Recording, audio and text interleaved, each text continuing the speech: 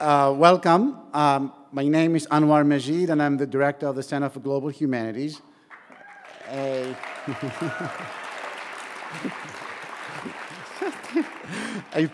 public forum dedicated to the study and discussion of the critical issues facing our world today. The Center reflects the University of New England's commitment to a robust civic culture, one that is guided by the age-tested insights of the humanities and the classical liberal arts tradition. We believe that education and intellectual engagement are the only buffers we have left between chaos and civilization.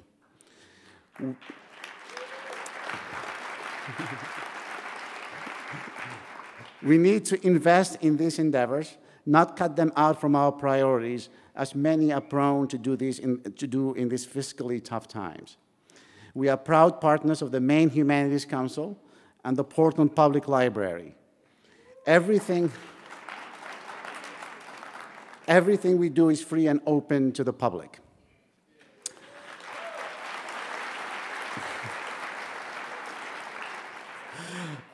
I struggled about how best to introduce Noam Chomsky and got the answer earlier this afternoon in the form of an email. It is from Jan Fabian Dahlbaum. Is he here tonight? Somewhere, probably in the audience. This is what it says. Hello. I would so much like to see Professor Chomsky give a talk once in my life. I am from Germany and came all the way from Mexico, where I studied politics, to Boston. I came from Germany, from Mexico, where I studied politics, to Boston to see him give a talk. I only have 3 more days in the area. Then I will fly out and not come back for a long time, I think, and hope that I will be allowed to attend the talk tonight in Portland. His secretary just printed out for me the information about the talk and gave me your email address. Can I please come and attend the talk? I will now go to the train station and buy a ticket because it's so important for me. I hope I will be let in. Thanks a lot and sorry for the inconvenience and this strange email. By Jan Fabian Dahlbaum. Jan, I'm not sure if you're here tonight, and all who made it tonight, here's Noam Chomsky.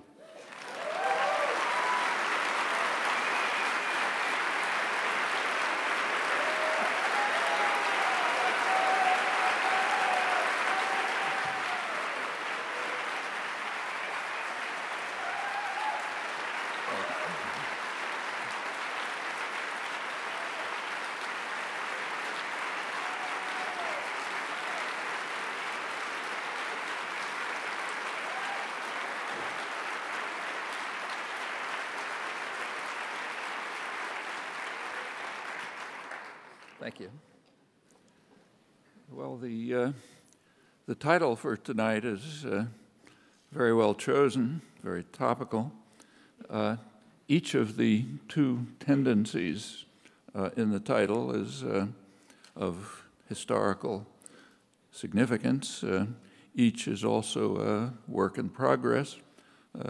Complex outcomes are highly uncertain, sure to be of considerable significance for the future. And they interact in many ways. One way in which they interact was illustrated dramatically earlier this year, right in the middle of the huge demonstrations in Madison, Wisconsin, protesting the effort of the governor to essentially destroy the public service unions. They received, last March, the demonstrators in Madison, occupying the State House, tens of thousands in the streets, received a message from Kamal Abbas, as a labor activist in Egypt. He was conveying the solidarity of Egyptian workers in Tahrir Square to the people in Madison fighting the same battle. The Arab Spring, of course, also inspired the quite remarkable Occupy movements that began in Wall Street. And have now spread to literally thousands of places in the United States. The trajectories in Egypt and the United States are intersecting, but moving in opposite directions. So the Arab Spring is an effort to gain rights that had been denied by the brutal Western-backed dictatorships. In the United States, the trajectory is in a different direction. It's an effort to protect rights that had been won in long and hard struggles and are now being dismantled and destroyed. There's another point of contact which is significant. In both cases, Egypt, all of the Middle East, North Africa, MENA region sometimes called, in both the United States and the MENA region, the uprisings are a reaction to a vigorous assault against the population that's been going on for 30 years worldwide. It's under the neoliberal banner, sometimes called the Washington Consensus. Sometimes it's called the IMF, World Bank, World Trade Organization, Unholy Trinity, sometimes called the World Bank, IMF Treasury Complex, all approximately the same thing. And it's had similar results everywhere. The results have been harsher for the populations where the rules have been more rigorously applied. Latin America and Sub-Saharan Africa are the most striking cases. I'll just keep to Egypt and the US. Tahrir Square is not Zuccotti Park, but the uprisings share many of the same roots. In Egypt, as is standard, Mubarak's neoliberal programs since the early 80s have created vast wealth in very small sectors and have engendered a huge corruption while severely harming the large majority of the population as inequality soared. All of this, not surprisingly, been accompanied by increasingly brutal repression of workers and others who sought elementary rights. Virtually up to the moment of the outburst of the Arab Spring, the World Bank and the IMF were issuing glowing reports on the remarkable achievements of Egypt's economic and political managers. That's again a routine practice right before the edifice collapses, as it regularly does. Now, all of that should be quite familiar here. Federal Reserve Chair Alan Greenspan, who was known as St. Alan during his glory days, he was hailed as one of the greatest economists of all time, as he presided over what was claimed to be a miraculous economy in which all fundamental problems had been resolved thanks to the triumph of the market, and also, as he proudly explained to Congress, thanks to what he called growing worker insecurity, which reduces pressures for compensation and decent working conditions, which are plainly worthy features of a decent economy and society.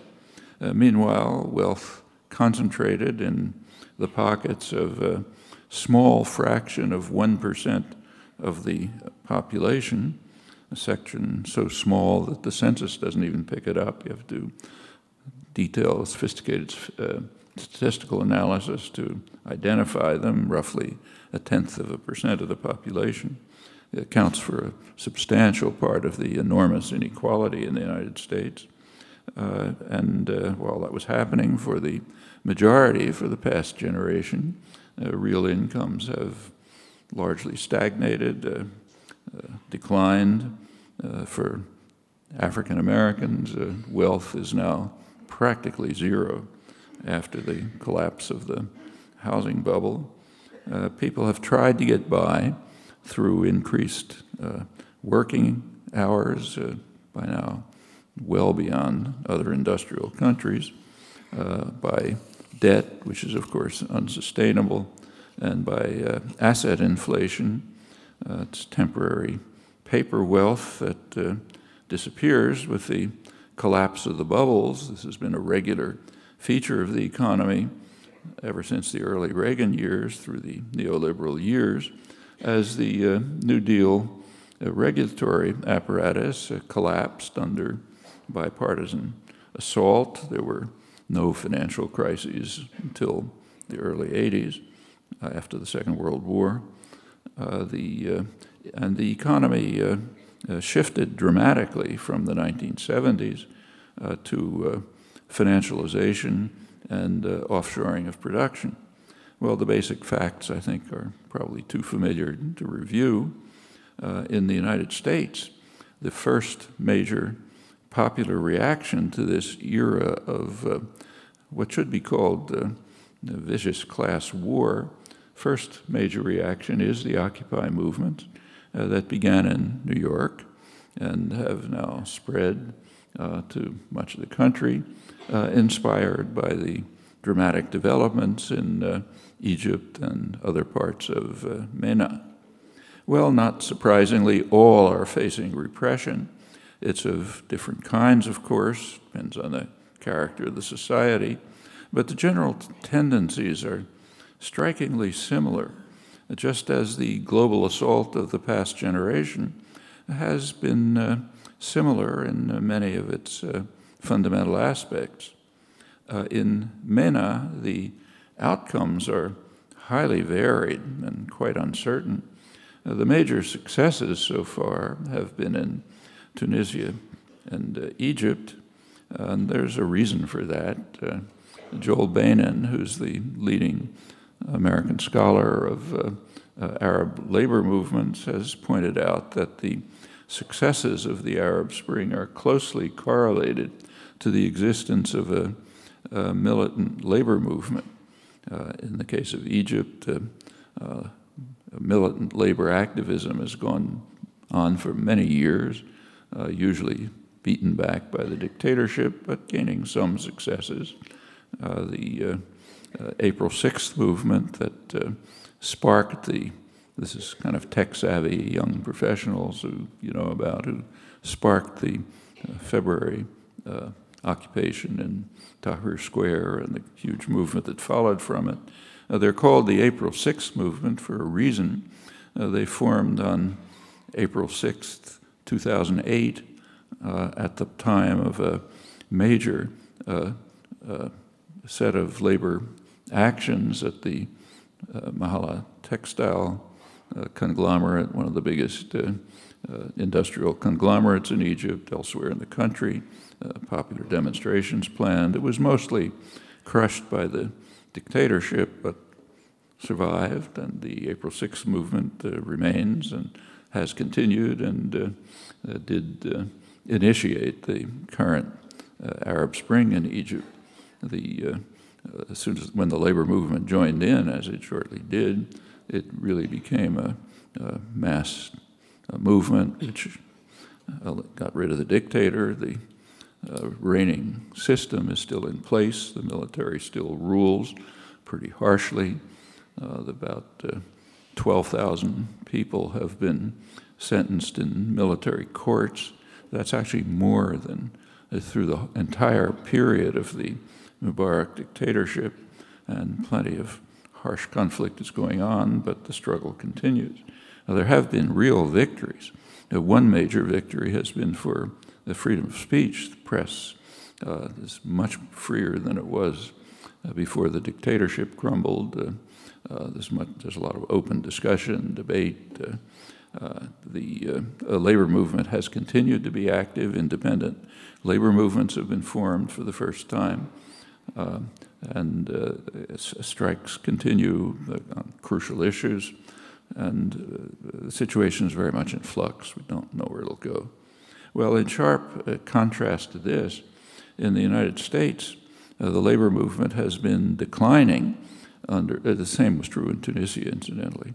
In the United States, the labor movement's been under severe attack. It's been declining. In the private sector, as I'm sure you know, the union organizing is now down to about 7%. Public sector unions have been sustained. They've been protected by labor laws that were basically violated openly since the Reagan years, when Reagan pretty much informed employers that they weren't going to apply the laws. Illegal firing of organizers sharply increased. It continued through the Clinton years and, of course, on under W. Bush. The public sector, however, has maintained itself. It's now under a serious attack, bipartisan attack.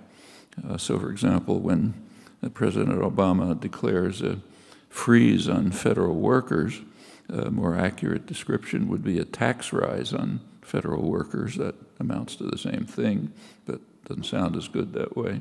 Freeze on pay, tax rise for federal workers is the same. And in other ways, the public sector unions are under severe attack, sometimes, as in Wisconsin, by efforts to take away basic elementary labor rights, like the rights of collective bargaining. That's happening in many places, even in Massachusetts. A couple of days ago, you may have seen there was a David Montgomery, one of the major labor historians, died. One of Montgomery's main works is called The Fall of the House of Labor. He's actually referring to the 1920s, to the crushing of the labor movement by extremely harsh repression under Woodrow Wilson, his Red Scare, which almost destroyed a very vibrant labor movement. Well, it arose again in the 1930s with organizing of the CIO, sit-down strikes, the main impetus, in fact, behind the New Deal legislations, which significantly changed the country, greatly improved the standards for most of the population. That continued for some years, but didn't take long for the attack to begin again, and it's culminating in the what I described. Just to mention another book, there's an important book by Jefferson Cowie called The 1970s and the Last Days of the Working Class. He's describing the way in which this great neoliberal assault was taking off in the late 1970s, driven forward by Reagan, Thatcher in England, and carried on right until today. And unless there's again a revival, as there was in the 1930s, the country's in for bad times. Typically, over a long period, an organized labor movement has been in the forefront of social progress, one of the reasons it's under such sharp attack consistently. Well, it's worth remembering that this is not the first time that the trajectories of the United States and Egypt have crossed. The first time was quite revealing. It was in the early 19th century. At that time, both Egypt and the United States were well placed to undertake rapid industrial development, economic development generally. Both Egypt and the United States had rich agriculture, particularly cotton. Cotton, remember, was essentially the fuel, the oil of the early industrial revolution. There was a difference. Unlike Egypt, in the United States, it was necessary to resort to conquest, extermination of the indigenous population, slavery, in order to develop a huge cotton production industry. Not in Egypt. They had a peasant class. There was one, the consequences, of course, still resound. One fundamental difference between Egypt and the United States at the time was that the United States had gained independence from England. Egypt hadn't. Therefore, the United States was free to ignore the prescriptions of sound economic theory. Those prescriptions were given to the colonies by no less than Adam Smith in terms that are quite similar to those that are preached by the unholy trinity to developing societies today. Adam Smith's prescriptions were that the colonies should keep to what was later called comparative advantage, produce primary products, that's what they're good at, for export, import superior British manufacturers, and crucially that the colonies, he warned them not to monopolize, not to try to monopolize the major resources that they possessed, most particularly cotton. Any other path, I'll quote Smith, any other path would retard instead of accelerating the further increase in the value of their annual product and would obstruct instead of promoting the progress of their country towards real wealth and greatness. Those are Smith's words, and they're essentially the same prescriptions given to the third world, the so-called developing societies today. Well, having gained their independence, the American colonies former colonies were free to ignore the laws of sound economics, and they were able to follow England's own path of state-directed industrial development. That's including high tariffs to keep out superior British exports, to develop first a textile industry, later steel and others, and made use of many other devices of state intervention to accelerate economic development. That's pretty uniform through economic history. The colonies also, the former colonies, now independent, did seek to monopolize cotton. This was done in the 1840s and 50s, the Jacksonian presidents. The goal was, as President Tyler put it, to place all other nations at our feet, particularly the British enemy. That was the great enemy of the day. That's part of the motivation, a large part of the motivation for the conquest of Texas and half of Mexico. It came pretty close to achievement, not total, but very significant. The idea was if the U.S. could monopolize cotton, Britain would not be able to use its deterrent force to prevent U.S. expansion, growth.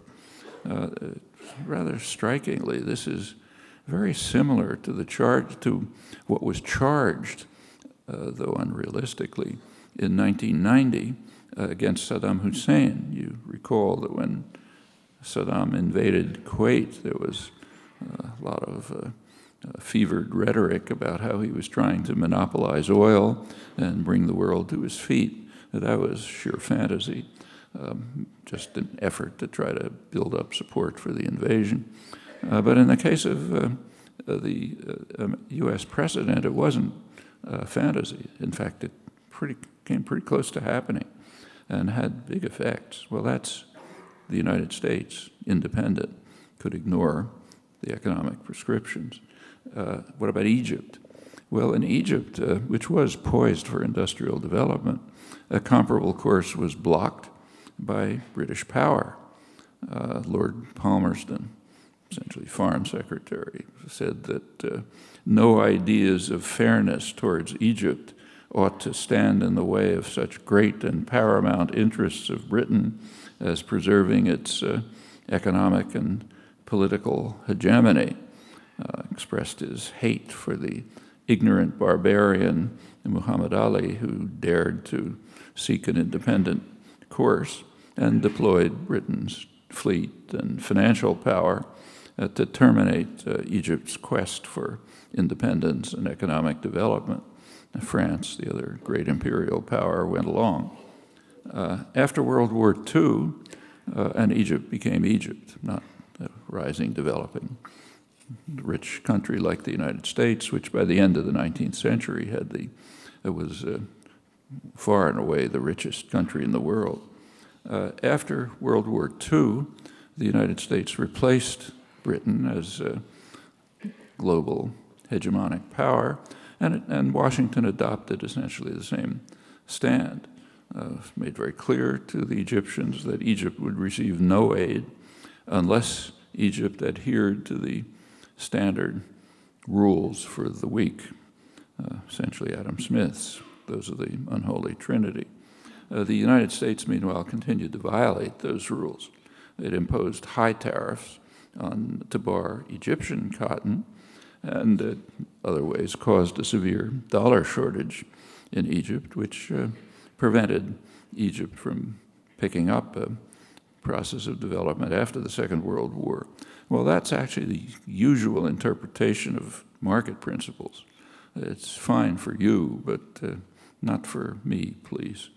A couple of years after, in 1958, President Eisenhower discussed with his staff a disturbing phenomenon, what he called a campaign of hatred against us in the Arab world, not among not the governments, they're okay, but among the people.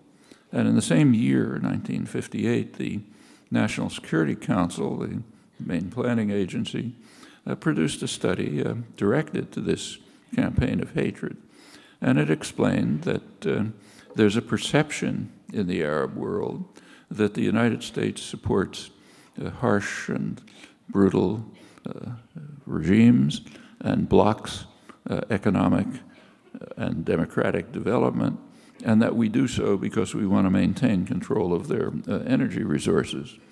And it went on to say that this perception is more or less accurate, and furthermore, that's pretty much what we ought to be doing, echoing Lord Palmerston.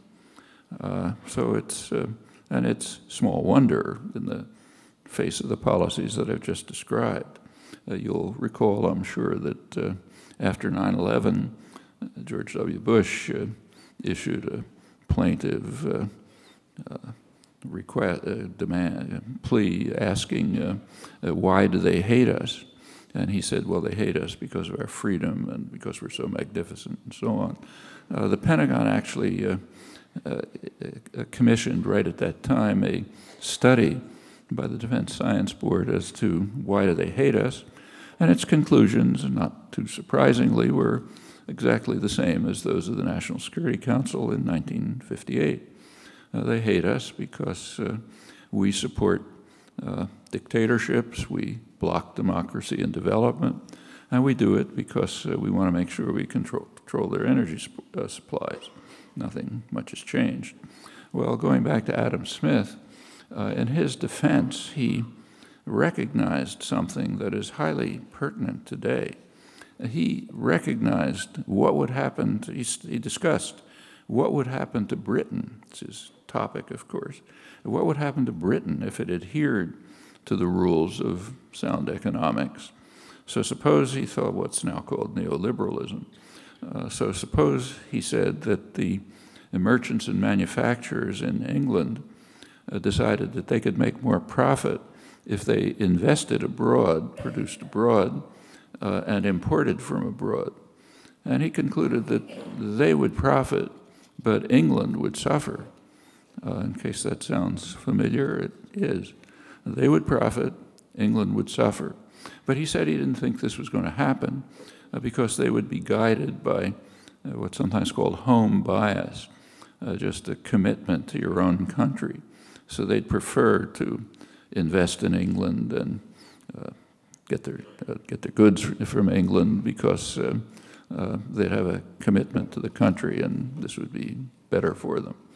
So therefore, he said, as if by an invisible hand, England will be saved from the ravages of markets, global market systems, global neoliberalism, in today's words.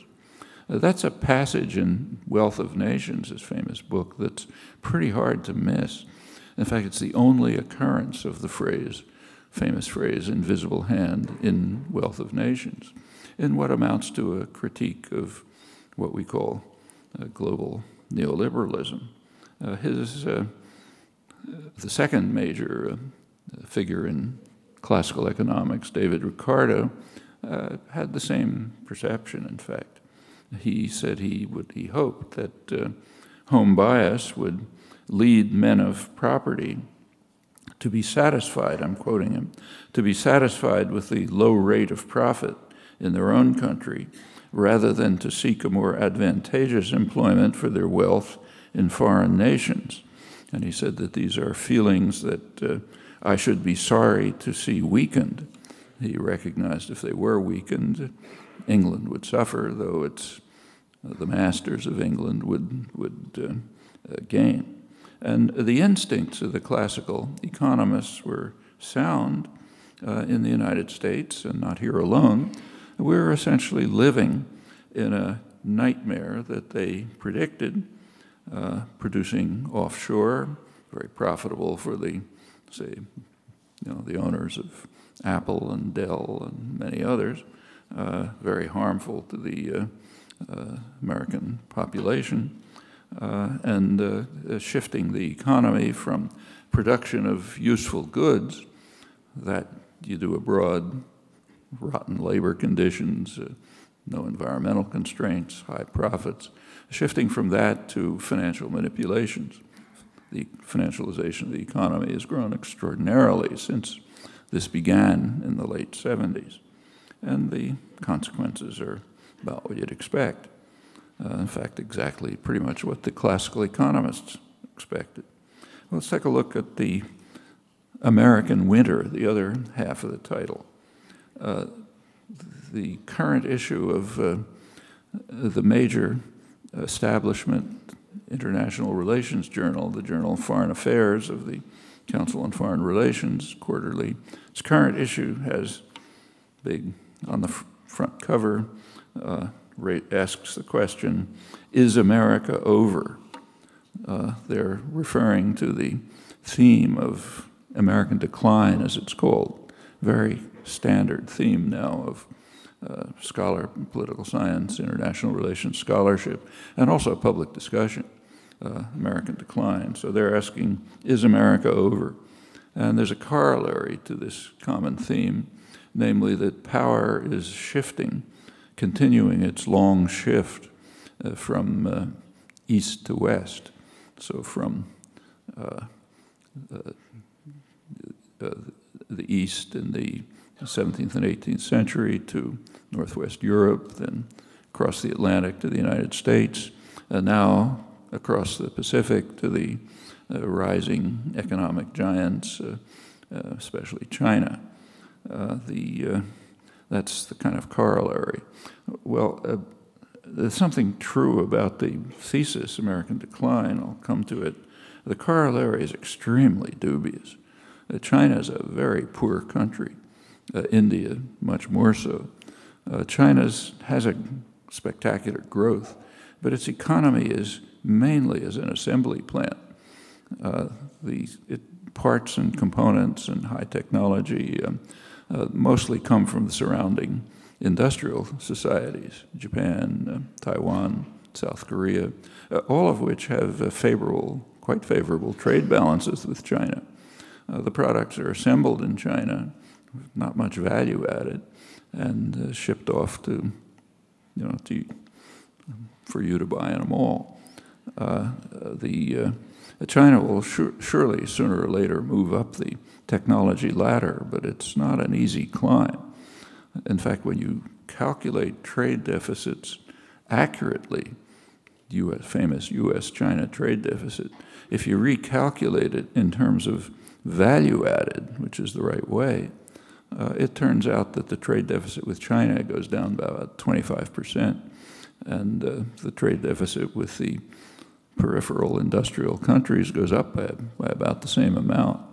There's much discussion the last couple of days about the conference, the international conference in Durban about global warming, and the standard description is that the United States and China are the main responsible for most of the emissions. Actually, China's passed the United States. That's a little misleading in a number of ways. One way, for obvious reasons, is just per capita emissions, which are far higher in the United States. The other is that the emissions in China, to a large extent, are traceable to wealthy Western industrial societies, West including the periphery of China, the Western industrial societies who are shifting their production to places like Foxconn, where they make Apple appliances under absolutely horrifying conditions and produce emissions, which are then called emissions of China. Actually should be traceable to the West, including the surrounding societies. China, and even more so India, have enormous internal problems, far worse than anything that the rich countries face. There has been spectacular growth, but enormous problems ahead, demographic and others, and there doesn't really seem to be any likelihood that anywhere in the foreseeable future China will be an alternative global power anywhere near comparable to the United States.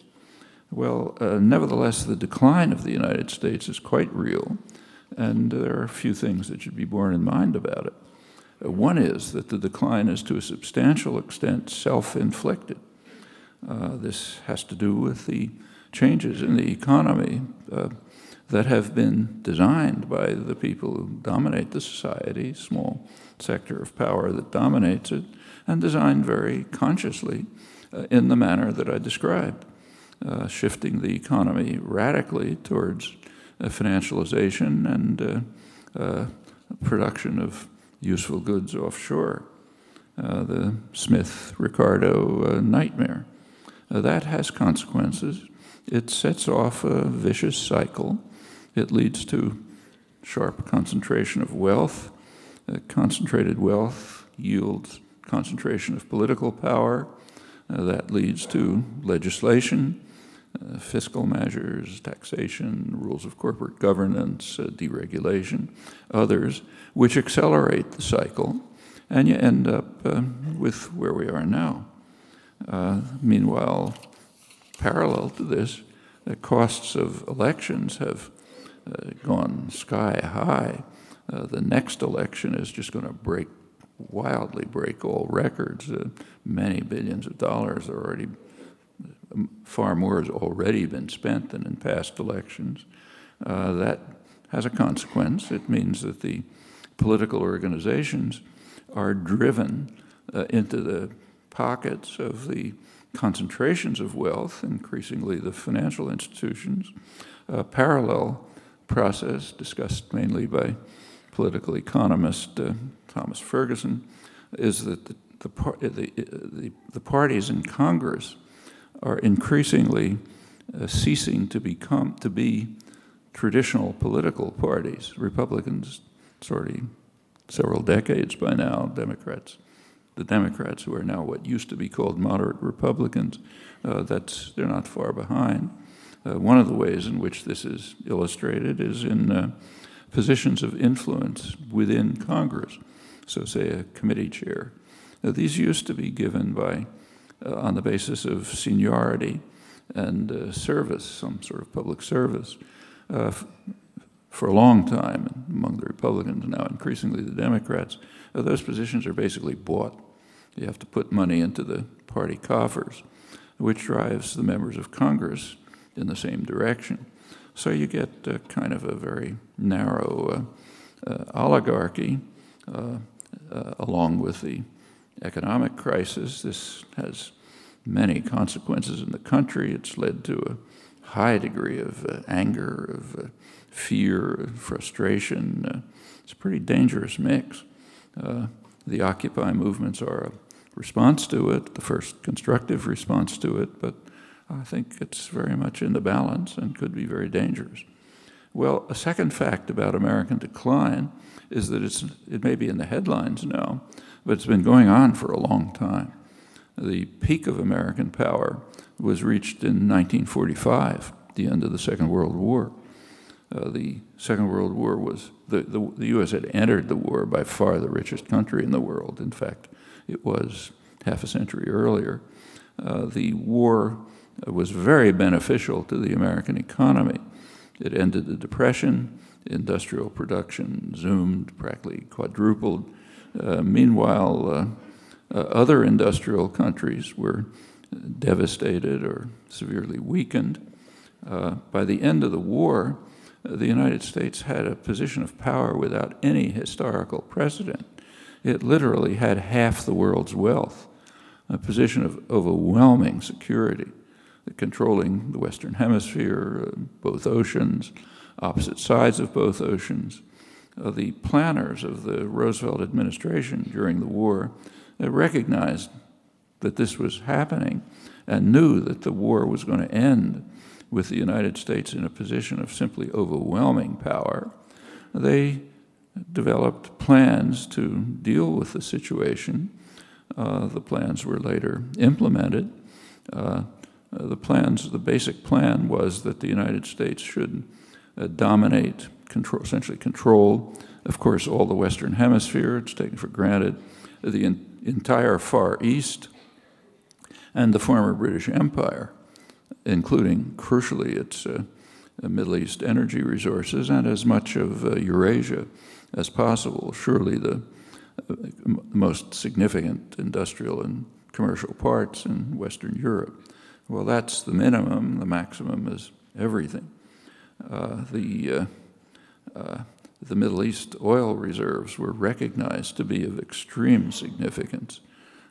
1940s, they were described by high officials as a stupendous source of strategic power, greatest material prize in world history. President Eisenhower called them the most strategically important part of the world. It was recognized that if we control the Middle East, we can control the world for this reason. Well, that was 1945. But it started to decline very quickly. One major blow to these plans was just a few years later, in 1949, when China became independent. Now, there's a name for that event in American political history. It's called the loss of China. That's a very interesting phrase if you think about it. I can't lose your computer, right? I can only lose something I own. But it's simply taken for granted that we possess China. So therefore, if it became independent, we've lost it. And therefore, a uniform description of this from the late 40s till today, major theme in American politics, is the loss of China and what that means. It tells us a lot about our own culture and understanding. By 1950, a year later, there were serious concerns about the loss of Southeast Asia, partially Indochina, but much more significant was the threat to the possibility of losing Indonesia, which had major resources. Long, interesting history after that. The Vietnam War was largely fought to prevent all of this from happening. The conception, which runs right through the the post-war period all over the world, is that you've got to be careful about what were sometimes called viruses that might spread contagion, a domino that would topple other dominoes. The virus was the threat of successful independent development, which could appeal to others to try to pursue the same course. Pretty soon you have contagion spreading, and the system of domination begins to erode. Now, that's essentially what the Vietnam War was about. How do you deal with the virus that's spreading contagion?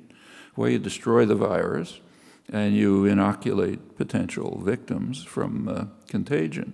Destroying the virus means invasion, bombing, destruction, military coups, and so on. Preventing contagion means imposing military dictatorships which will control the population. That's what was done in Southeast Asia, all throughout the region. And not only there, by the early 1950s, the threat of loss was beginning closer to home. Guatemala had its first democratic government, overthrew a dictatorship. The Eisenhower administration was deeply concerned that that would be another virus that would spread infection. The Guatemalan, there was a military, U.S. carried out a military coup in Guatemala, installed a brutal, vicious, murderous regime. It's still one of the horror stories of the Western Hemisphere years later. This went on over and over. The most striking and instructive case was Cuba. Cuba had been in effect an American colony. In 1959, it gained its independence for the first time. Very quickly, Washington began to make plans to overthrow the government. Bombing started a couple of months later when John F. Kennedy came in next year. It was escalated to get the Bay of Pigs invasion. When that failed, enormous terrorist operation run by Robert Kennedy, his biographer Arthur Schlesinger, a historian who was Kennedy's Latin American advisor. He writes that in the biography that Robert Kennedy's the task given to him, was to bring the terrors of the earth to Cuba. And in fact, that was his prime responsibility. It was quite an ugly development. It almost led to a nuclear war, and the missile crisis went on again right after that. There was a harsh embargo. The purpose was to destroy the virus, or at least constrain it. And it was very explicit.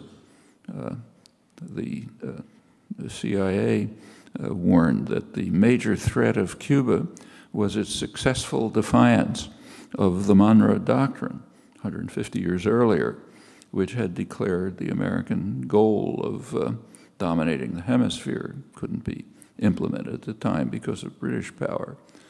Kennedy himself, as he came into office, intended to devote attention to Latin America. He had a Latin American mission, which was, in fact, headed by Arthur Schlesinger.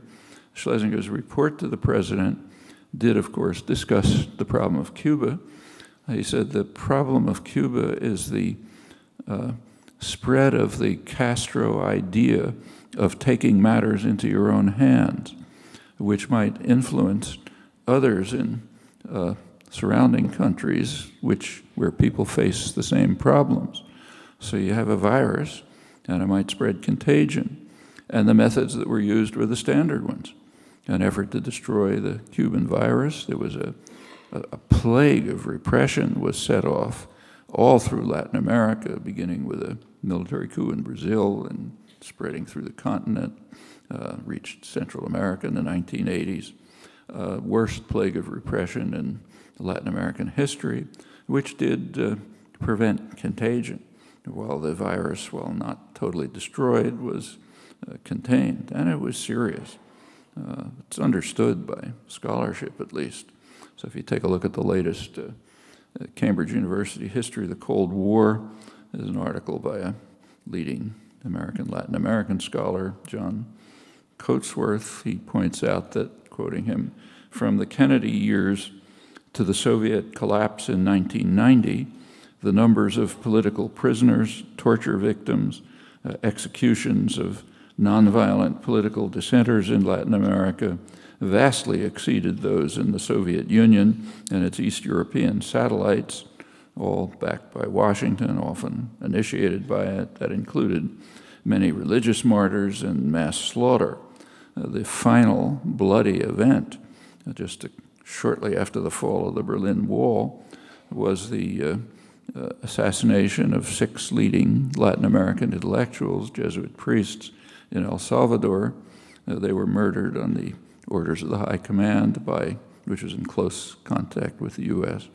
They were murdered by an elite Salvadoran battalion, which already had a bloody history of massacres and destruction. They were just returning from the refresher courses at the John F. Kennedy School of Special Warfare in North Carolina, murdered on command the Jesuits and also their housekeeper and daughter, so there wouldn't be anyone to report it. It's denied for a long time. The facts have trickled out since.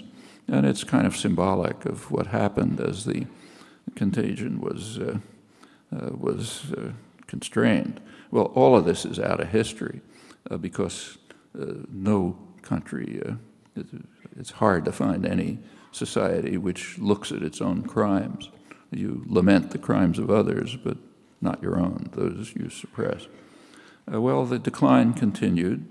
The industrial countries reconstructed from the Second World War, decolonization began to take place. By 1970, the world was economically what was called tripolar, three major economic centers, North America, based in the United States, Europe, comparable economy, based primarily in Germany, and the dynamic growing region of East Asia, at that point Japan-centered, later China-centered, and the other industrial countries. By then, the U.S. share of world wealth had declined from 50% to 25%, which is still extraordinary, but not 50%, and it remains roughly at that level today. Won't run through everything, but in the last decade, there's been a very significant development. Latin America broke away, especially South America, broke away and moved towards independence for the first time in 500 years. One also began to move towards addressing its horrifying internal economic problems. Very rich region, but every country after country ruled by tiny, elite, westernized, often white, in a sea of misery. Well, that's changing country by country. They've also thrown out every U.S. military base. The U.S. is no longer able to carry out regular coups in South America. Central America, they still can, weaker societies, but not South America. Just a couple of days ago, a new organization was formed, CELAC, which includes all the countries of Latin America and the Caribbean, except for the United States and Canada. That would have been unheard of in earlier years. It could become a substitute to the U.S.-dominated Organization of American States, so that'll be it already is recognized as the loss of South America, considered the backyard. Well, this last year it's shifted to MENA. Could be the loss of the MENA countries, Middle East, North Africa, which is much more dangerous than loss of South America because of the understanding of the enormous significance of the resources of that region. Well, the U.S. reaction has been the expected one. For the United States and its allies, its Western European allies, the worst threat in the MENA region is democratization. Of course, everybody talks about how they love democracy, but the Western countries will do anything they can to prevent it for very simple reasons. If you want to know why, just take a look at polls. There are extensive, careful, Western-run, U.S.-run polls of the Arab world, and they're revealing. They're not reported, but planners certainly know them. Right on the eve of the Arab Spring, about a year ago, polls showed, just take, say, Egypt, the most important country, that for 90% of the population, the greatest threat they perceived was the United States and Israel. Opposition to U.S. policy was so strong that about 80% of the population thought the region would be more secure if Iran had nuclear weapons. They don't like Iran, and they don't want it to have nuclear weapons, but to balance what they see as the major threat, they felt that would make the region more secure. Maybe 10% regarded Iran as a threat. Figures are somewhat similar throughout the region. Obviously, the United States and Western Europe, France and Britain don't want those attitudes expressed in policy. But insofar as you move towards functioning democracy, you have public opinion expressed in policy.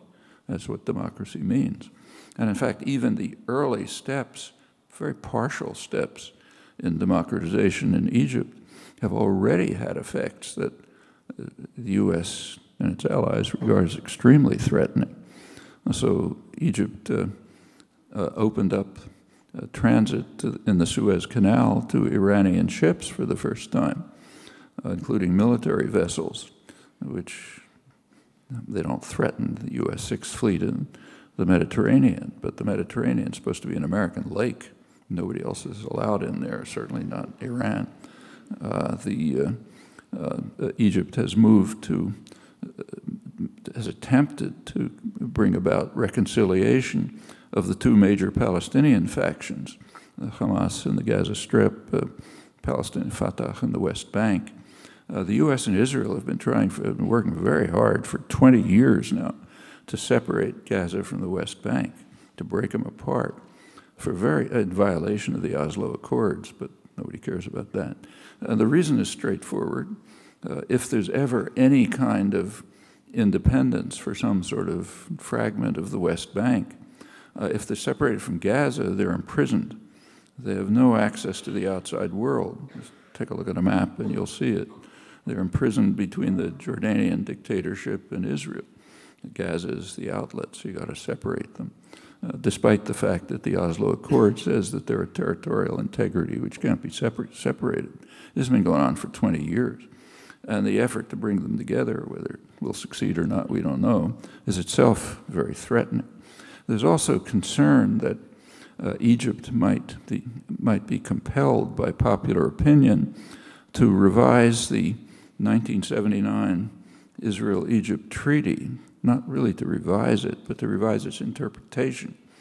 Egypt immediately interpreted the treaty, as did Israel and the United States, as essentially a license to Israel to do anything it wants. The Egyptian deterrent is removed. Israel is therefore free to invade its northern neighbor, Lebanon, as it did almost immediately, and to extend its colonization of the occupied territories.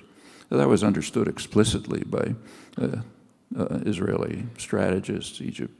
Egyptian dictatorships agreed, population didn't like it, and they are already making threats to revise that interpretation, and Israel knows it. Well, that's what's happening. That's in the background. If you look at the actual policies the U.S. has followed to the Arab Spring, it works out pretty much this way, as you'd expect. So in the first place, the oil dictatorships, the really important parts, they are given carte blanche to do anything they like.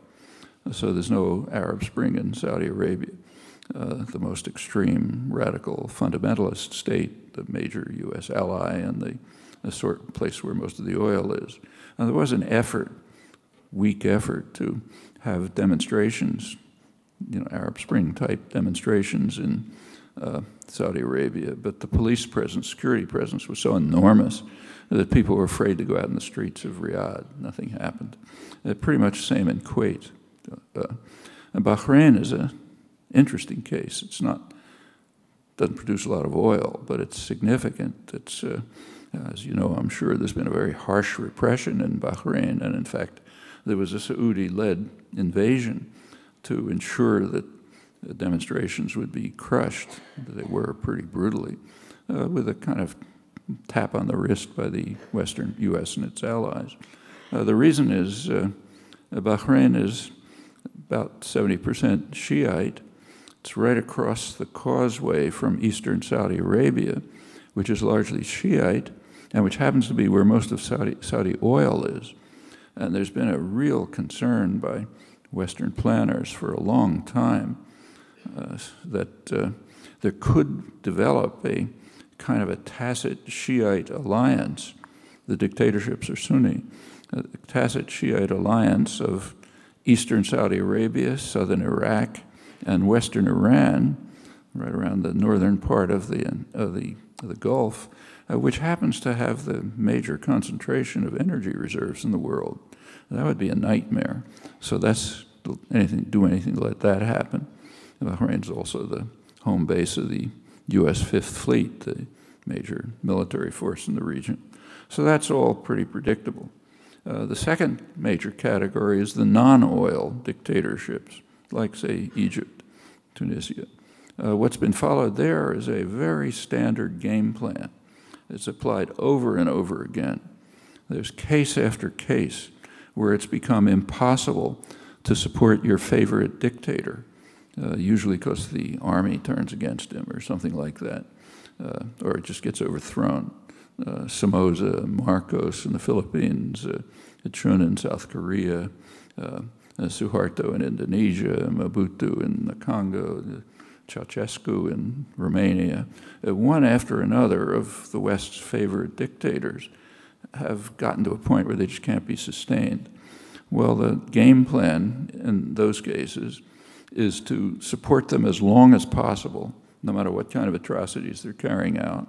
If they can't be sustained, send them off somewhere and issue ringing declarations about your love of democracy, and then try to restore the old system as much as possible. And that's pretty much what's happening in the non-oil dictatorships in Egypt, for example, pretty much as expected. Other cases are varied. There's one major case that looks different, that's Libya. In Libya, the Western powers were pretty strongly supporting Gaddafi right up to the Arab Spring, weeks before. Interesting story in itself, I won't go into it. But it was recognized that it would be better to replace an unpredictable, kind of erratic figure by a more reliable regime. In Libya, as distinct from the other countries, there was direct military intervention, actually 2 interventions. The first one, which lasted about 5 minutes, was under the authority of the United Nations. The UN did pass a resolution calling for a no-fly zone and protection of civilians. Well, okay, that was used as the pretext for bombing, but it was immediately disregarded by the 3 traditional imperial powers, Britain and France in front, the United States backing them. They immediately turned to a different intervention, no relation to the UN resolution, simply joining the side of the rebels to overthrow the government.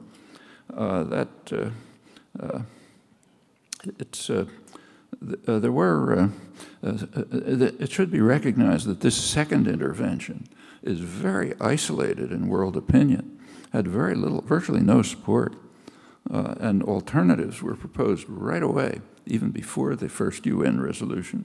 They were proposed by the International Crisis Group, that's the main neutral body that all over the world monitors such matters with a lot of expertise. They presented alternatives.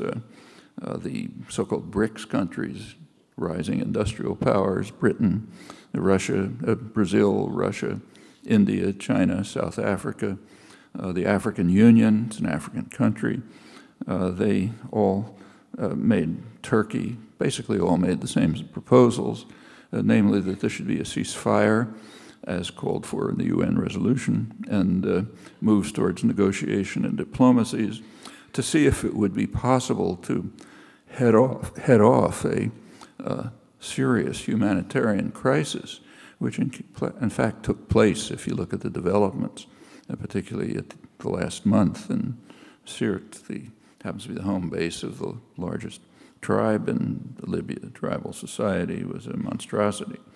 So the imperial triumvirate was almost alone. Particularly interesting was the African Union. Now, since African opinion is completely ignored in the West, it's worth quoting what they said. I'm quoting from a leading journal in India where it was reported. The African Union, I'm quoting it, called for dialogue even before the UN resolutions that authorized intervention and after those resolutions, ignoring the African Union for 3 months and going on with the bombing of the sacred land of Africa has been high-handed, arrogant, and provocative. An attack on Libya or any other member of the African Union without express agreement by the African Union is a dangerous provocation. Sovereignty has been a tool of emancipation of the peoples of Africa, who are beginning to chart transformational paths for most of the African countries after centuries of predation by the slave trade, colonialism, and neocolonialism. Careless assaults on the sovereignty of African countries are therefore tantamount to inflicting fresh wounds on the destiny of the African peoples. Well, you can understand why none of that gets reported in the United States or the West, but we ought to know about it. It's also, there's a background to this. Gaddafi was the major backer of the African National Congress, Mandela's ANC, right at the time when the United States was supporting the apartheid regime in its war against the ANC. That went on right through the Reagan years, late 80s. In 1988, the Reagan administration declared the African National Congress to be one of the more notorious terrorist groups in the world, so therefore supported South Africa. By that time, it was even violating congressional sanctions. May not be remembered here, but it's understood by the victims. In fact, Nelson Mandela himself just was removed from the terrorist list about 2 years ago. He can now come to the United States without special dispensation. Well, such things are of no interest to the powerful, but they're not so quickly forgotten by the victims. In Libya itself, there are many prizes for the triumvirate, the imperial triumvirate.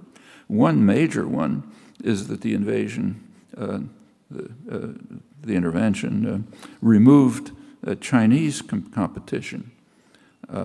There were about several dozen, maybe 75 Chinese companies working in Libya, 35,000 personnel. Mostly they were working in infrastructure development projects. Well, they were evicted.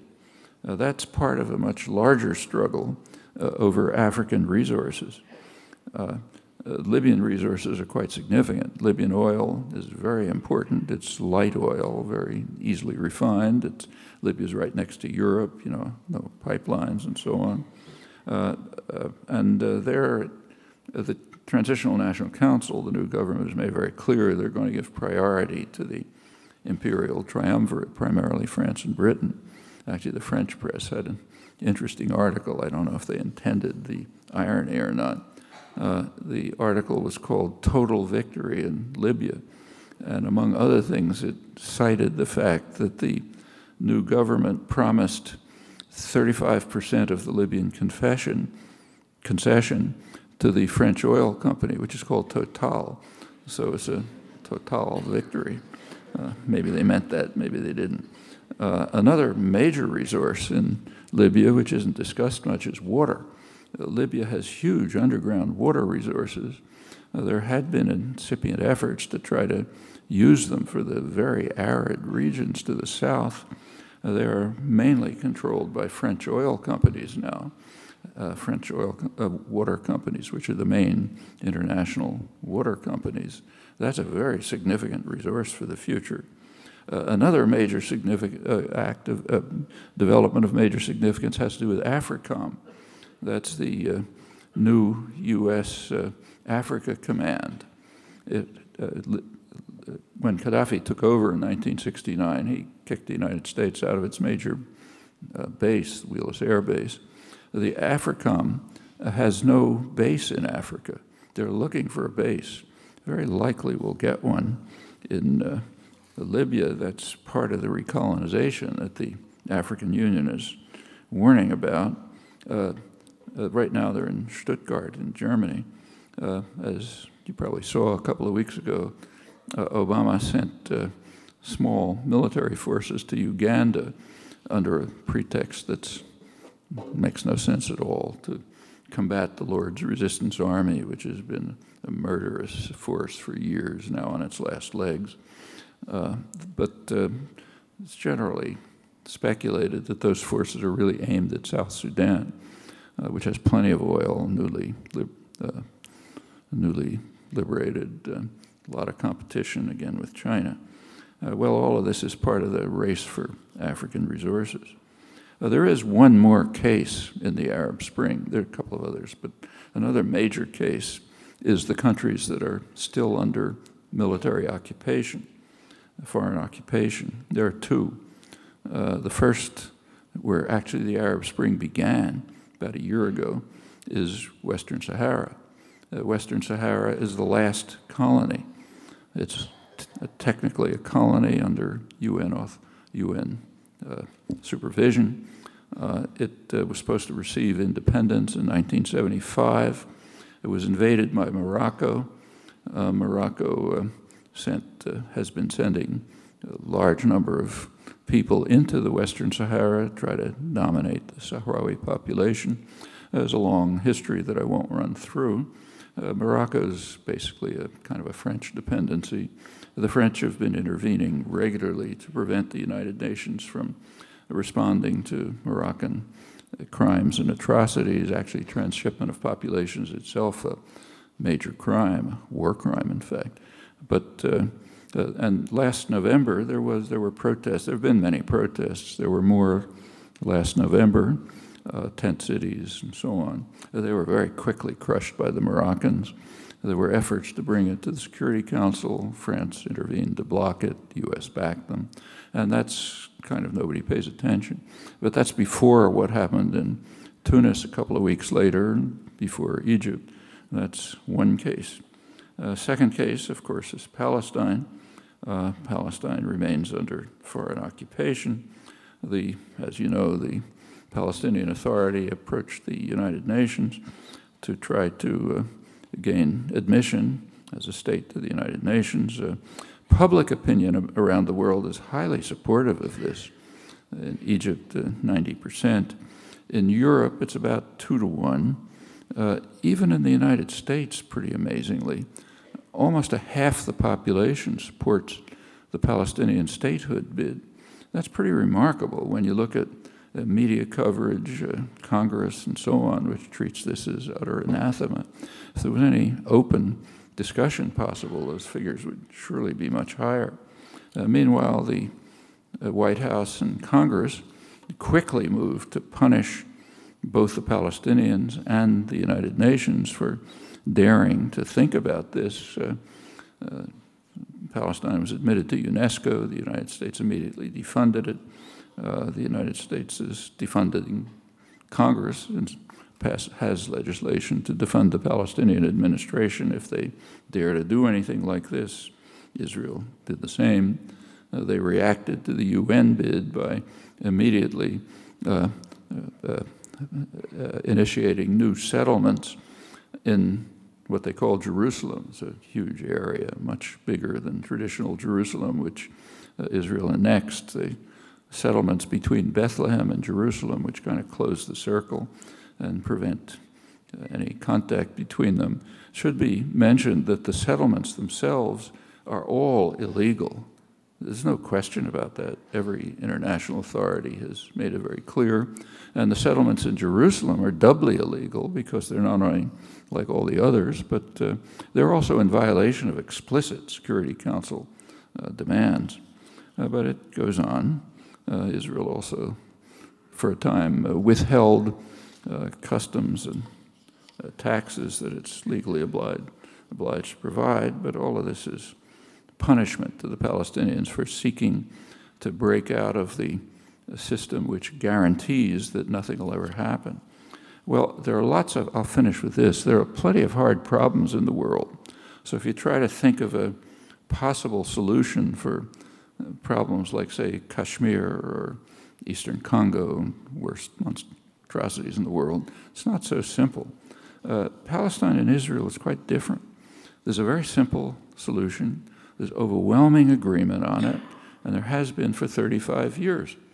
The first formulation of it, official formulation, at the United Nations was a proposal in 1976 brought by the major Arab states, Jordan, Egypt, and Syria, to the Security Council, calling for what is now just an overwhelming international consensus, a two-state settlement on the international border with guarantees for the right of every state in the region to exist in peace and security within secure and recognized borders. That's the basic wording of UN 242, which everyone recognizes to be the basic document. That would include Israel and a new Palestinian state in the territories that Israel was occupying. Well, that was vetoed by the United States. Similar resolution vetoed in 1980. Won't run through the rest of the history, but it continues that way. U.S. and Israel virtually alone in blocking this, continues to the present. Last February, actually a U.S. veto last February did receive some attention because it was so outlandish. Obama vetoed a Security Council resolution calling for implementation of official U.S. policy. Official U.S. policy, in words at least, is that Israel shouldn't expand its settlements. That's the least of the problem. It's the settlements that are criminal. But the U.S. vetoed even that one. That caused some flurry of attention. The last couple of weeks at the United Nations, Obama has simply been ridiculed. I mean, if you look at the international commentary, it's like a joke. In Israel, for example, after Obama's speech to the General Assembly, a high Israeli diplomat said that Prime Minister Netanyahu is going to have to rewrite his speech because Obama already gave it to him for him, which is approximately true. The U.S. and Israel, you read the press, it says, they say the U.S. and Israel are calling for negotiations without preconditions. Palestinians are insisting on preconditions. Truth is exactly the opposite. The U.S. and Israel insist on strict preconditions, crucial ones, designed to ensure that nothing will happen. The first precondition is that the negotiations have to be run by the United States. Well, if there were real negotiations going on, they'd be run by some neutral party that has some international respect, maybe Brazil. And the two sides would be the U.S. and Israel on one side and the rest of the world on the other side. That's the way it's been lined up pretty much for 35 years. But the U.S. is not going to abandon its control over this crucial region to anybody, no matter what votes there are in the UN or anywhere else. So first precondition, the U.S. has to run it, which pretty much guarantees that nothing will happen. The second precondition is that Israel must be free to expand settlements. That's not even questioned anymore. I mean, the U.S. occasionally makes a couple of words about it, but then says basically go ahead. Well, third precondition is that Israel's already announced what it's going to annex, illegally, of course. Well, obviously, under those conditions, negotiations will get nowhere. That's why the Palestinians made a maybe desperate effort to try to get around this system to the United Nations. You can argue about whether it was a wise move or not, but it's understandable. As things now stand, there are several options. The usual description, which I think is highly misleading, is this. There'll either be a two-state settlement in terms of the international consensus, or else Israel will take over all the territories, and the Palestinians can wage a civil rights struggle, like an anti-apartheid struggle.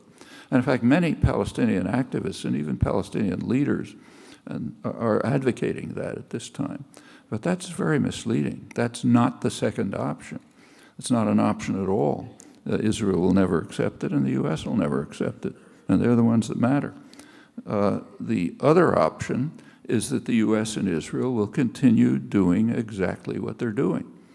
What they're doing is implementing policies, basically what was called the Sharon Plan. Israel takes over the parts of the territories that are of value to it, leaves the rest kind of cantonized, what Ariel Sharon called Bantustans, separated from Gaza, which will remain under siege, and the rest of the Palestinians can just rot they don't take any, they don't want them to, they don't want to introduce them under Israeli jurisdiction. They'll just be off in the hills somewhere, or they'll leave, which many of the, say, the Christian communities and others are just doing. And that'll continue. That's the second option. So it's either some version of a two-state settlement, and the basic outlines of that have been clear for years, or else this. Well, is there a solution to all of this? Yeah, there's a very simple one. U.S. policy has to change. Already a majority of the population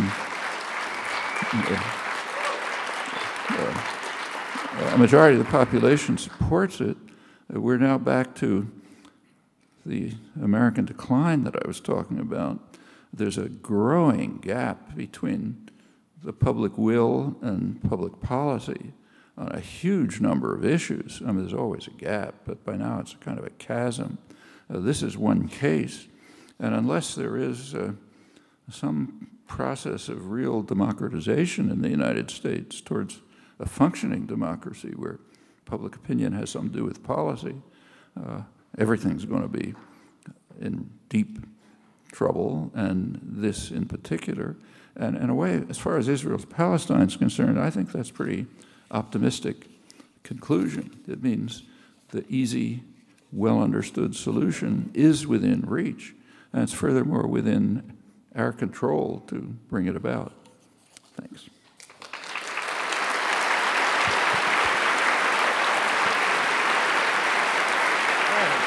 We have about 4 questions. Where are you? They're going to come this way, and they're going to ask them. I don't see you. Where are the... Oh, you're coming up here. I see. Okay. Hello.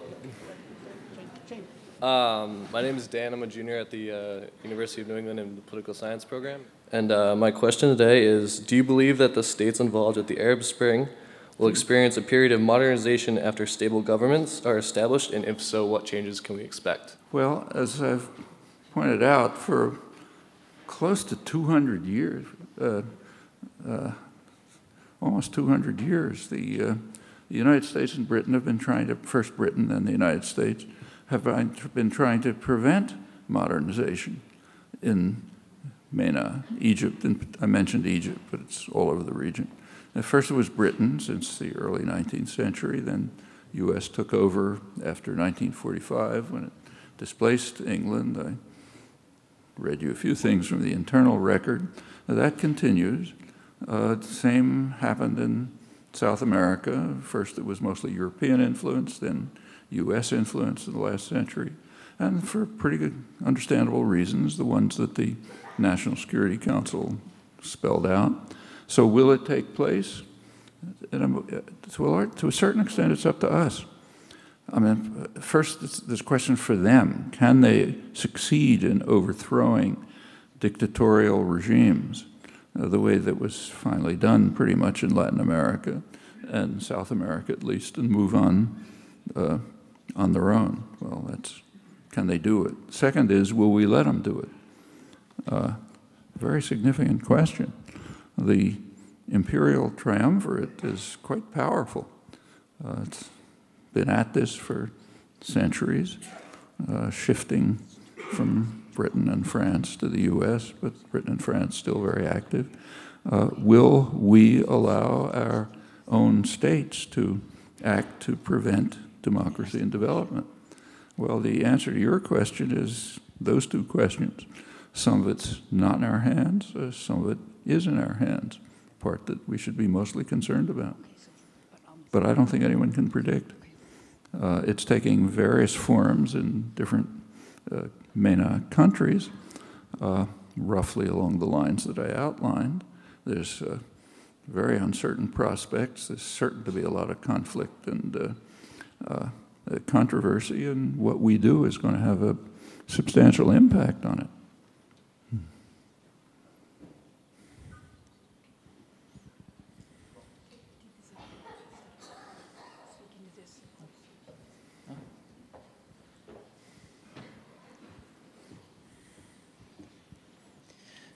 Hi, my name is Eddie, and I'm from UNE College of Pharmacy. My question is, in your book, you talk a lot about the the second conflict in Iraq and how we're occupying it right now, and you don't approve of it. What do you think? Do you think the initial invasion of Iraq in the early 90s, the first conflict, was justified? Well, the second conflict was just an outright aggression. It was just, you know, it was what was called in the Nuremberg Tribunal the supreme international crime, which differs from other war crimes in that it includes all the evil that follows. That's the second invasion. I don't see what there is to discuss about that, the total horror story. The first invasion is more controversial.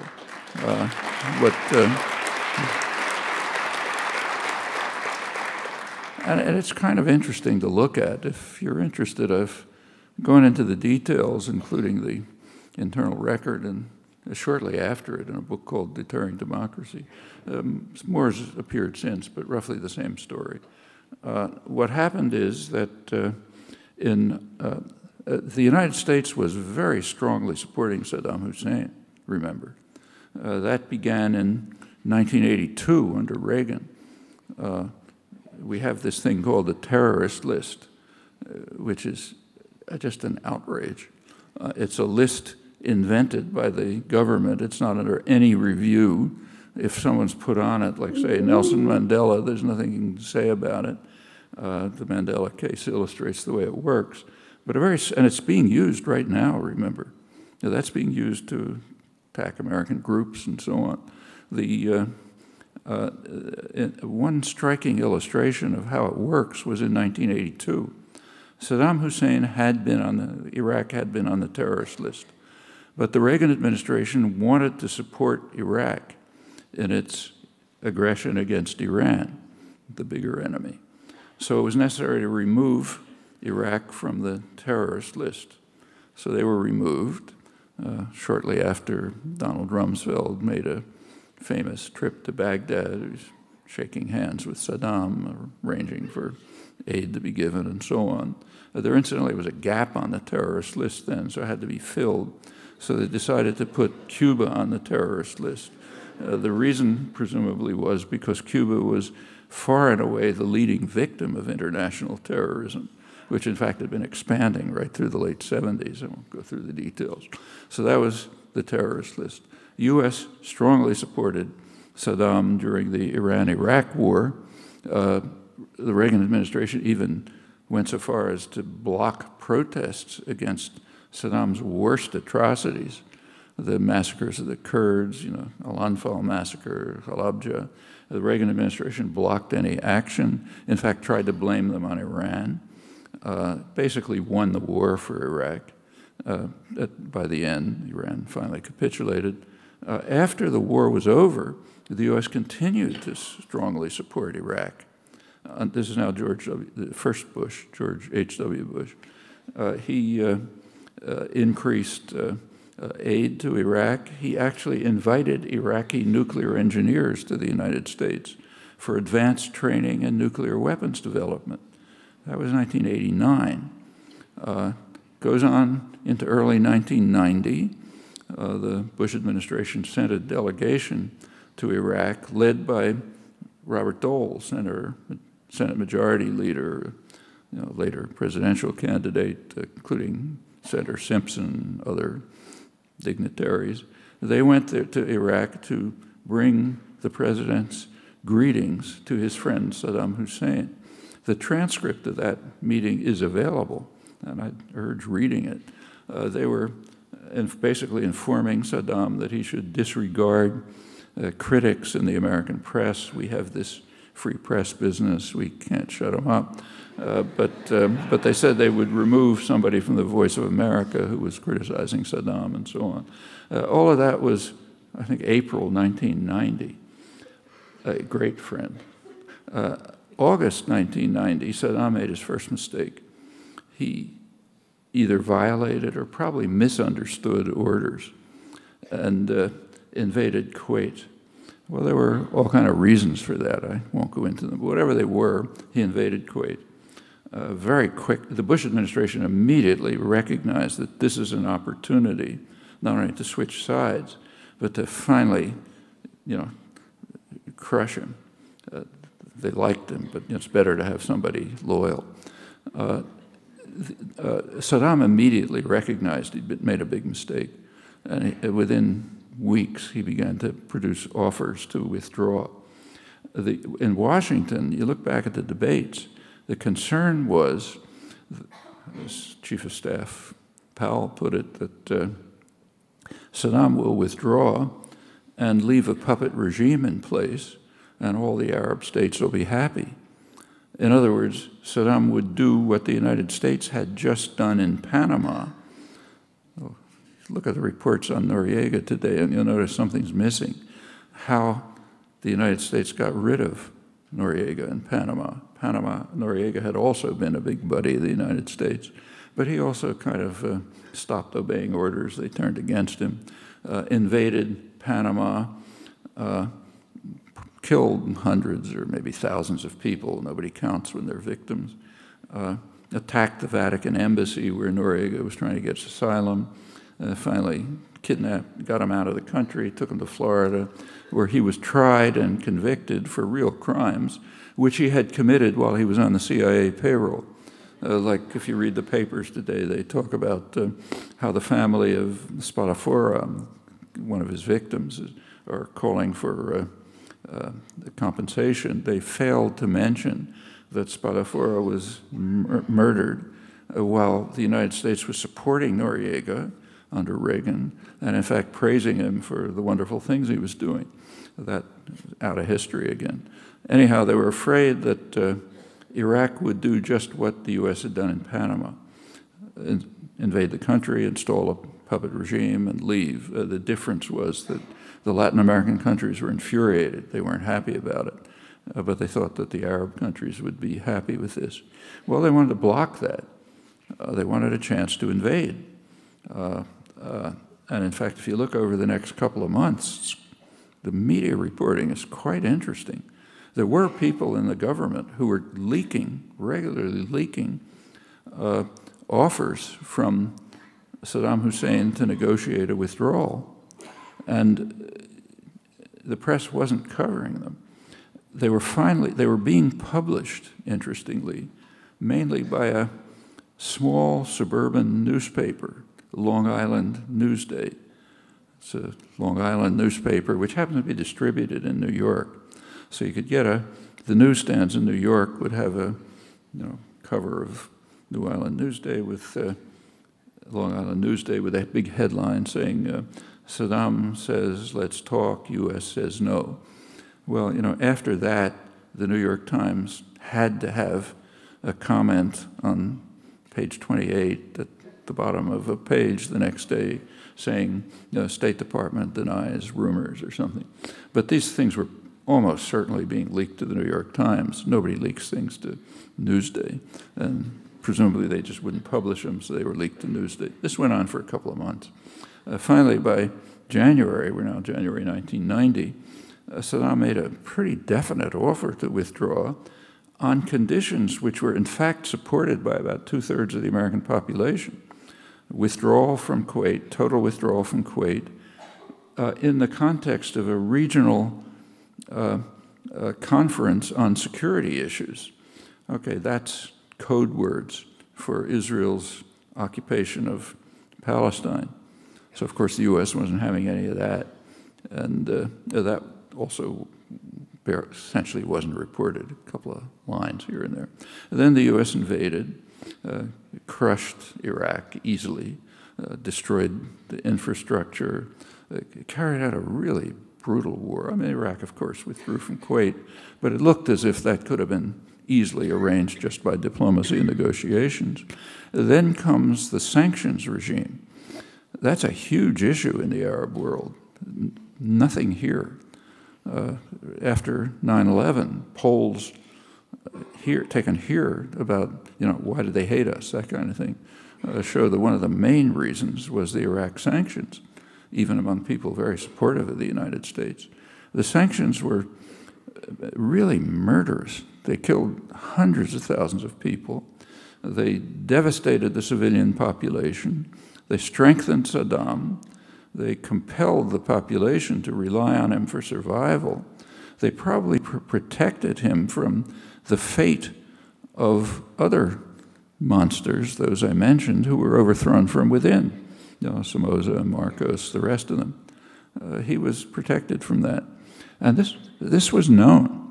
The people who knew, the Westerners who knew most about Iraq, by far, were the two international diplomats who administered the oil for food program. Distinguished international diplomats, Dennis Halliday from Ireland, Hans von Sponeck from Germany, very outspoken, both resigned on grounds that the sanctions were, as they put it, genocidal. They had a lot of information about Iraq. They had investigators all over the country. They were getting all sorts of information, sending it back to the Security Council where the U.S. wouldn't let it be presented. Both resigned on grounds that they were genocidal. Von Sponeck published a major book on it. I urge you to read it. It's called A Different Kind of War. Carefully documented, scholarly account of what the sanctions were doing. I don't think it's ever been mentioned in the United States or in England, not that I can find, at least. That's what was happening. That protected Saddam, and then we get to the second invasion. So there's a lot to say about the first invasion. I mean, you can argue about it. At least it's debatable, unlike, in my opinion, the second one. But I don't think it stands up very well to scrutiny, and I didn't think so at the time for the kind of reasons I mentioned. You can check them out and see what you think.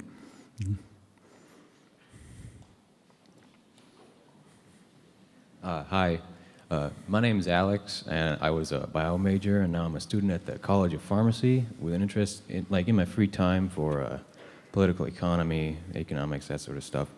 And in many of your works, you illustrate the economic doctrines that America imposes on other countries, like asymmetric free trade agreements and overthrowing leaders, outright to just exploit resources and labor power. So what I was wondering is it necessary for us to do this if we want the American economy to prosper? Well, first of all, remember, the U.S. is just following in the paths of every other imperial power. It's not, new circumstances, but it's doing what Britain did, what France did, what other great powers have done in their day in the sun. And it's easily understandable. The question that you're raising is quite an interesting one. So what's the impact of this on the American population? Does the American population gain from it? Well, it's pretty hard to measure precisely. But in the case of the British Empire, which has a much longer history, there have been attempts by economic historians to try to do a cost-benefit analysis of the British Empire. So, like, how much did they gain? How much did it cost? It's imprecise. You can't put much faith in the figures. There's too many variables. But the rough conclusion, rather rough conclusion, seems to be that the costs and benefits more or less balance, that there's a lot of benefits, there's a lot of costs, and they're kind of in the same range, roughly. So why have an empire? Well, the answer to that comes out as soon as you ask who paid the costs, who got the gains, okay? If you look at that, it turns out that the British Empire is essentially class war internal to England.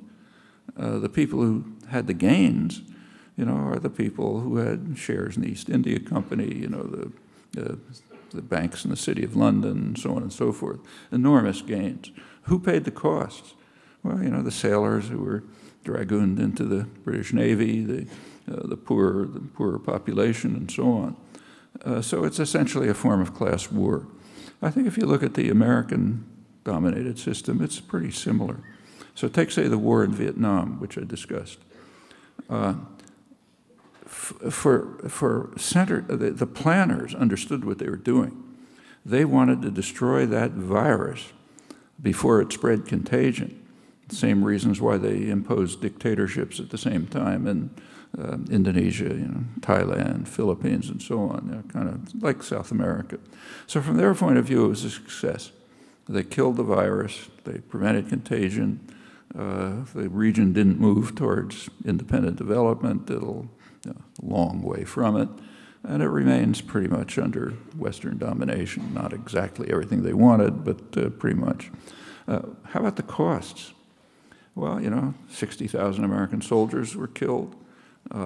Severe economic problems within the country led to stagflation. In fact, it laid the basis for the developments that took place in the 1970s by severely harming the economy. Then comes all the things that follow.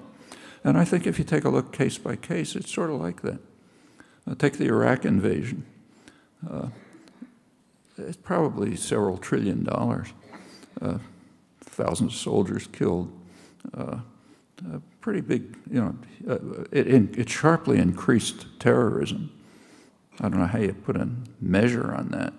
But as predicted, it was predicted that the Iraq invasion would increase terrorism. The intelligence agencies predicted that, the British and American independent experts, and it did. Terrorism went up by a factor of 7. That's big, the year after the invasion. And it spread well beyond. It led to it increased the perception in the Muslim world, which is very high, that the U.S. is in a war with Islam. You take a look at polls in the Arab world, the Muslim world, there's an overwhelming feeling that the U.S. is at war with Islam. And that, that not only provides a basis, kind of a reservoir for terrorism, we've got to defend ourselves, but also just strong anti-U.S. feelings, which show up in all kinds of ways. How do you measure that? You can't put a number on it, but it's certainly harmful to the people of the country and their future. Well, that's the downside. The upside is, whatever you win from it. Not most of the population, but others. And I think that if you look, I think it's a very important question and should be looked at. Frankly, I don't think that it's the right criterion to determine whether an invasion is correct or whether terror is correct. Like you don't ask, suppose Hitler had actually won the war. Well, would it have benefited the German population? It's not the right question, But nevertheless, though it's not the right question, you can ask it. And you can ask it for the British Empire, for French atrocities in Africa, which are horrendous, U.S. policy, and so on. And I think if you look at it, it usually turns out to be something roughly like this. It's kind of internal class war within the imperial society. Hi, thank you again for coming. My name's Erica. I'm a junior biochemistry major here. You seem to have a lot of strong opinions about the United States foreign policy. And my question was, is there anything...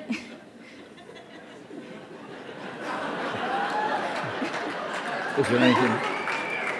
I didn't hear the last part. Is there anything you like about Washington's foreign policy and how it's run? Sure. Take all the countries we haven't invaded. I like that.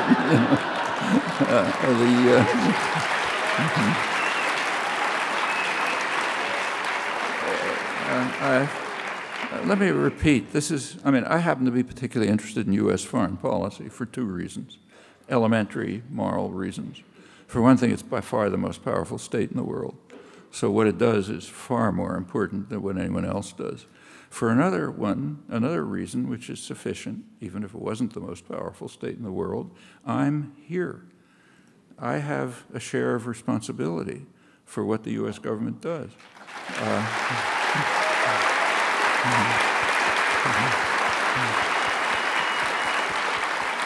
And, to an extent, I can do something about it, especially in a pretty free country like this one. Now, we understand that very well with regard to enemies. So, for example, take, say, Iranian dissidents like Shirin Ebadi and Akbar Ganji and others. Nobody asks them, is there anything good about Iranian foreign policy? It's not their job to say what's good about Iranian foreign policy. Yeah, there's some things that aren't bad. But that's not their task. Their task is to condemn the crimes of their own state, and we honor them for that. It doesn't matter what they say about the United States or what they say about Israel. Like if Iranian dissidents criticize Israeli crimes, and maybe they're right, but we don't give them any respect for that. And the same ought to be true about Americans who criticize Iranian crimes. You want to do it? Okay, but it's like criticizing the crimes of Genghis Khan. You can't do anything about it, so it's just a way of, supporting domestic power or your own reputation. What matters is what you can do something about. And overwhelmingly, that means what you're involved in, either directly or indirectly. And we understand that in the case of enemies. We ought to apply the same criteria to ourselves. If you try to do an evaluation of British actions, US actions, French actions, and so on, yeah, you can find things that sometimes are even helpful. So, for example, take George W. Bush, not my favorite person, but his policies with regard to, say, diseases in Africa were pretty positive, I think. Okay, that's fine. But I don't think it's a huge issue, frankly. With this answer, thank you so much.